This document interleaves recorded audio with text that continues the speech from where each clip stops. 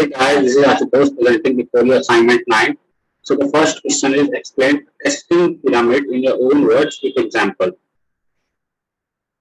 So basically first we need to understand what is testing pyramid. So testing pyramid is nothing but it is basically a framework which is used by developers and quality analysts and also testers so that they can make more efficient and more bug-free software or tool. So basically, let us understand each phases of testing pyramid. So the testing pyramid starts from the very bottom phase, which is like called as the unit testing. So what is unit testing? So unit testing is basically the testing which we do on codes or on the programs which we have written. So it's basically what is the use of unit testing is we design a dummy code and we test the actual code with that dummy code and we match the result.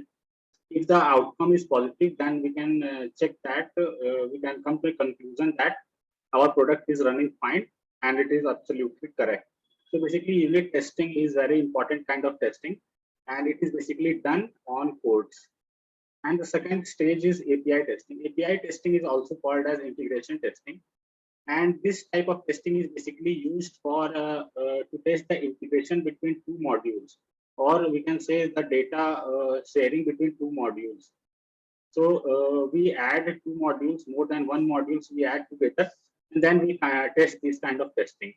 So example of integration testing can be if we are taking, for example, Gmail page, and if we are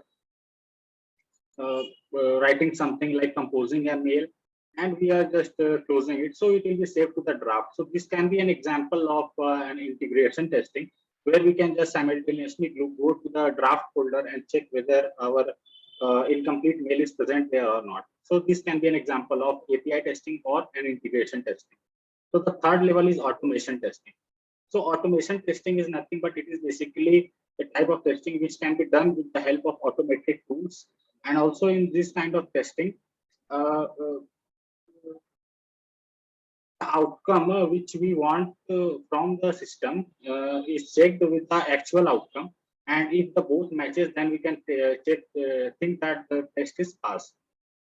So the next level is manual testing. Manual testing is nothing but we need to check the system manually because there are many places where we cannot use automated tools or we cannot perform unit testing. So in that cases, we need to check each and every functionalities or features manually.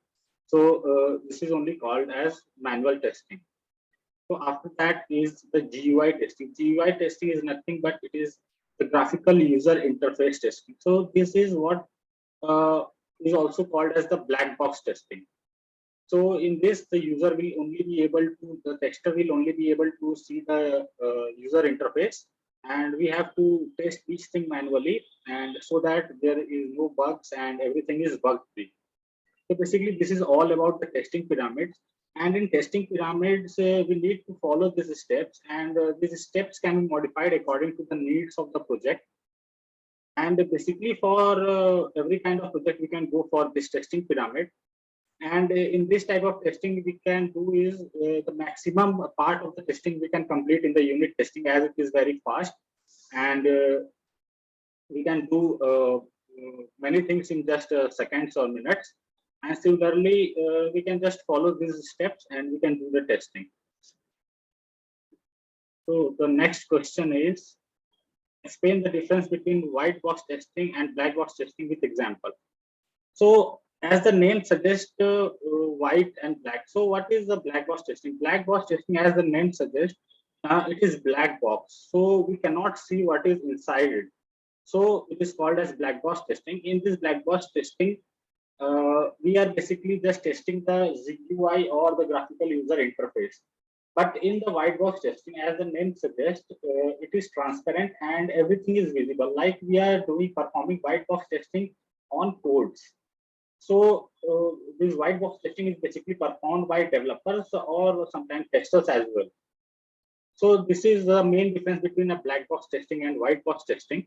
So basically in black box testing, there is no necessary that you should know programming or something, but in white box testing, it is necessary that you should know programming. In black box testing, it is not necessary that you need to focus on functionalities. Means in black box testing, you need to focus more on the functionalities, but whereas in the white box testing, you need to focus more on the codes. In black box testing, SRS document is available, which is also called as the software requirement specification, whereas in white box testing, a detailed design document is present. In black box testing, it takes less time, whereas in white box testing, it can take more time.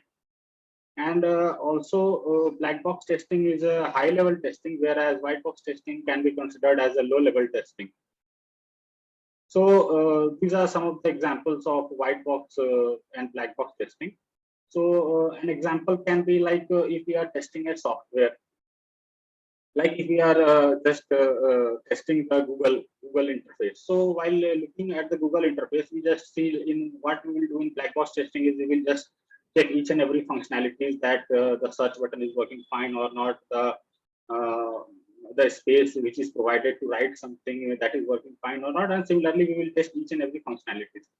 But whereas if we are performing the white box testing on the same Google page, we will have to explore its code, and we will have to go to the inspect part and we will see the codes, and similarly we can just use some automated tools and we can do the white box testing. So the third question is what a non-functional testing? Explain with example why a particular testing is non-functional. So basically, non-functional testing is a type of testing which is performed basically on the non-functional aspects of the application. So what are the non-functional aspects? So non-functional aspects can be anything which is not basically related to the functionality of the application.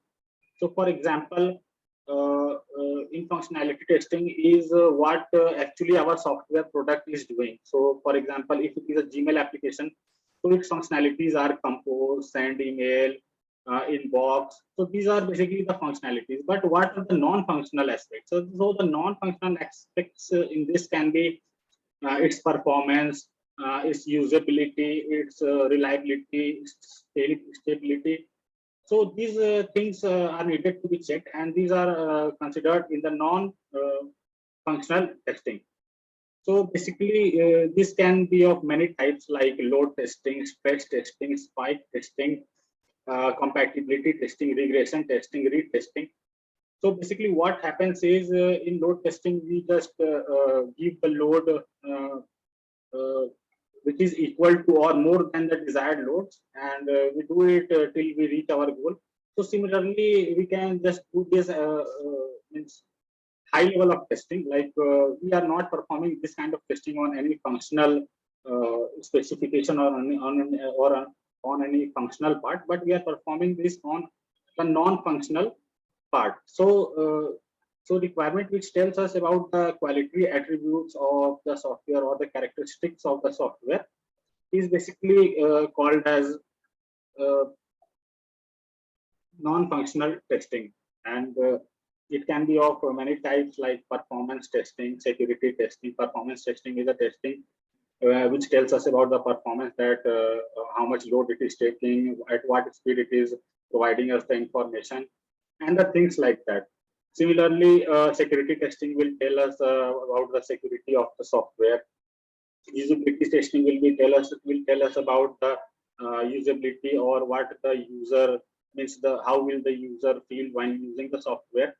And these are some of the things which are considered in the non-functional testing. So the fourth question is, what is stub and driver in unit testing? Explain with example. So basically, stub and driver are basically a part of unit testing. So stub and driver are basically used where there are sometimes some cases where we have developed half of the software, but some parts of the software are not yet developed, but we just need to test that. So for testing that, we cannot test that software incomplete. So for that, we are using some dummy modules or some dummy files, which is similar to the original file. and instead of the original file, we are keeping these stubs and we are performing the testing. So the outcome of this stub will be quite similar to the outcome of the original uh, software product. So this is what stub and driver is. So basically, the stub is used when lower level of modules are means lower level of modules is not present or is missing, uh, or is in a means not developed properly, means it is still in a development phase. So at that time we just use stubs, whereas drivers are used when high level module is not present or is missing, or maybe it can be in the development phase. So at that time we can use the driver module. So basically what happens in stubs and driver is it basically checks the actual code with the dummy code. So what happens is we can see the result, and we can the result will be actually the same what we will check in this case. It will be the same as in the original case. So what can be an example? So an example we can take is like a calculator application. So if we have developed a calculator application, and in that there are many parts like addition, subtraction, multiplication, division. So for example, we have created three parts like addition, subtraction, and multiplication, but the division part is not yet completed. So for the division part, we can create a stub, and similarly, by using that dummy module, we can just do the testing process. So this is all about my assignment 9. Thank you, everyone.